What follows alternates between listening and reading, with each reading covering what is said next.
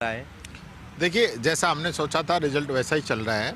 और चूँकि चुनाव पूरा संघर्ष का था और अभी भी कोई अपन वैसे 7वें राउंड तक कोई पक्की बात कह नहीं सकते, लेकिन जिस प्रकार से वहाँ काम है, लोगों का मन था, भाया जी ने जो लोगों का दिल जीता है, उसके आधार पे ये तय है कि वहाँ पे भाया जी चुनाव जीतेंगे और भारतीय जनता पार्टी तीसरे नंबर पे रहेगी। आपने भी वहाँ 5 दिन कैंप किया था, दलित वोटों का रुझान आप उनके भी गए थे, क्या था?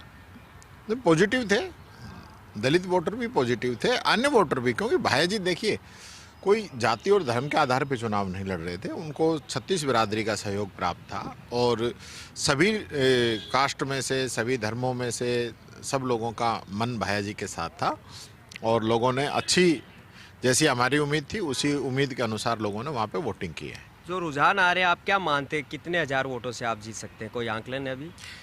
देखिए, अभी तो अब सारी चीज़ें सामने आ जाएंगी, लेकिन इतना एक तरफा भी चुनाव नहीं था कि हम ये कहेंगे भाई पेटी खुले नहीं खुले हम तो जीत रहे हैं, जैसे बीजेपी वाले कह रहे थे। यानी मामले मुकाबला टाइट, फाइट और क्लोज था। हाँ, निश्चित तौर पर, लेकिन ये था कि जीत हमारी होगी अंत में।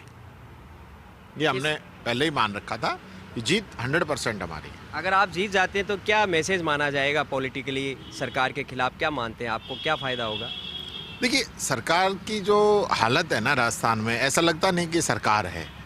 यहाँ मुख्यमंत्री जी सोचते हैं कि मेरी नहीं चल रही है, मंत्री सोचते हैं मेरी नहीं चल रही है, एमएलए सोचते हैं मेरी नहीं चल रही है, कार्यकर्ताओं के बेचारों को पूछ ही नहीं रहा। सरकार के तो देखो आंकड़ों पर फर्क पड़ना नहीं है। कांग्रेस किस रूप में लेती है, क्योंकि आगे निकाय पंचायत चुनाव भी आने, और जिस तरह आप झुंझुनू आ रहे थे, देवली उनियारा आ रहे थे। फर्क पड़ेगा भाई साहब, सरकार पे बड़ा फर्क पड़ेगा।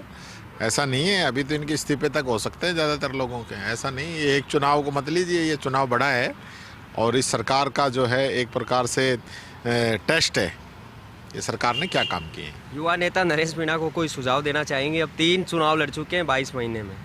वो खुद सक्षम है, मैं क्या सुझाव दूँगा, मेरे से तो बड़ी उम्र के हैं।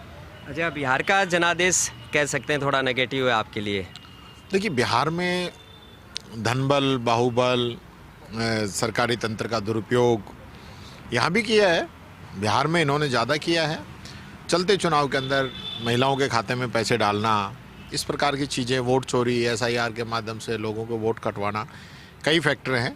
क्योंकि वहाँ भी जनता जो है इनके झूठे जो जुमले वहाँ पे चल रहे थे उनसे उब चुकी थी और मुझे पूरा यकीन है अभी भी कि जब तक रिजल्ट आएंगे पॉजिटिव रहेगा। आपको लगता नहीं तेजस्वी यादव को सीएम फेस देरी से घोषित किया और एक बार फिर आप 60 सीटों पर लड़े और पिछली बार भी 71 पर लड़े, 19 आई और अभी डबल डिजिट में नहीं पहुंच रहे, तो ये 2 बड़ी कमजोर रणनीति तो स्वीकार करिए। नहीं, देखिए, अभी तो रिजल्ट आने दीजिए, अभी रिजल्ट आने दीजिए, समय लगेगा, आप देखेंगे अभी काफ़ी अच्छा रिजल्ट आएगा। लेकिन वोट चोरी, एसआईआर के मुद्दे पर तो बिहार की आवाम ने जनादेश दे दिया, अब इस मुद्दे को कैसे गंभीरता से लेंगे?